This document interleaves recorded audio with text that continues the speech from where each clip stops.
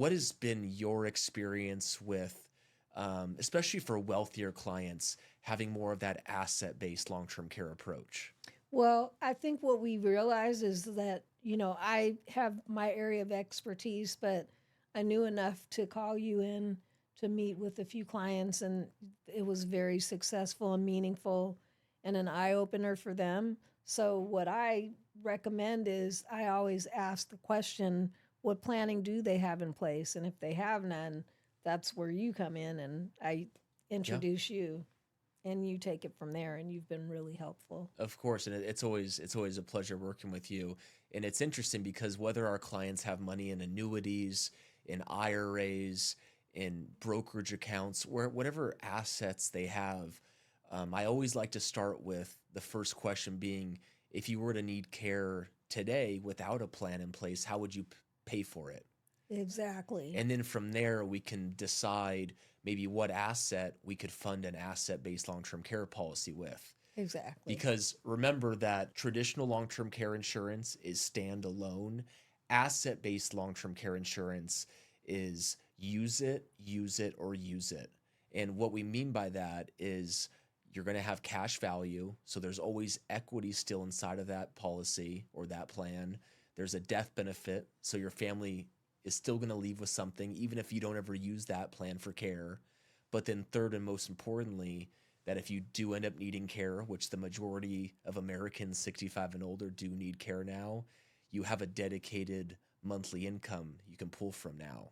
And I think about some of the clients that we've helped together, and not to name specifics, but these are people that have plenty of assets to pay for care, right?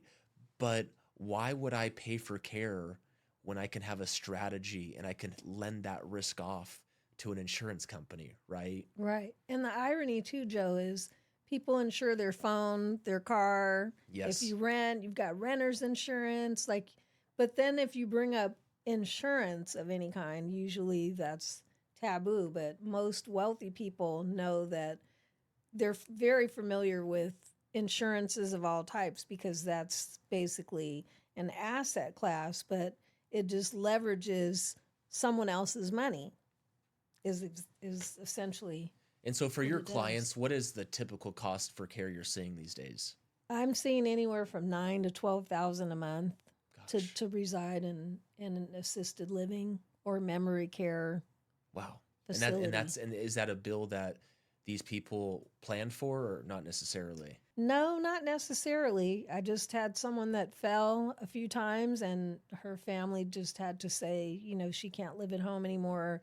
She can't take care of herself. She can't meet some of the criteria that decides whether you need long term care.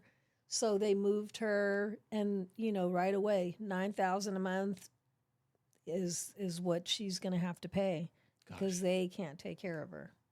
That's So a lot of money. it I is don't no matter how wealthy you are, right? exactly And I always tell people long-term care shows up as a bill at your doorstep with no end date. no end It date. doesn't care what other bills you have. It doesn't No. care about the strain on the family. It doesn't care about your spouses, your loved ones. It it's going to keep showing up every month, and it's ready to Every collect. month, and you still have property tax, personal income tax. The list can go on and on. Um, but that's like an immediate. Where am I going to get the money to pay for this situation? Yeah, it's a lot. And Melanie, this is a great conversation, especially to have with someone like yourself that has so much experience working with, retirees, elderly. They're all most of your families you work with are wealthy. So our audience out there that thinks they can self-fund long-term care, this is great for them to hear. And I want people to be reminded, I just always like to push this, but if you are used to hearing about long-term care insurance, remember that what we are talking about today is asset based long term care. We're not trying to create expenses for people, right?